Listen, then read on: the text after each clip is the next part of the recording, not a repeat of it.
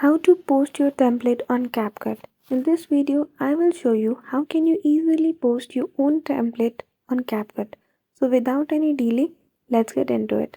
Firstly, create a video of your own on CapCut, and after you are done editing the videos, click on export and click on save to device. Once the video is saved in your device, you will see numerous options below. Now you will only be able to see the option to share your template on CapCut if you are a regular editor or a pro editor.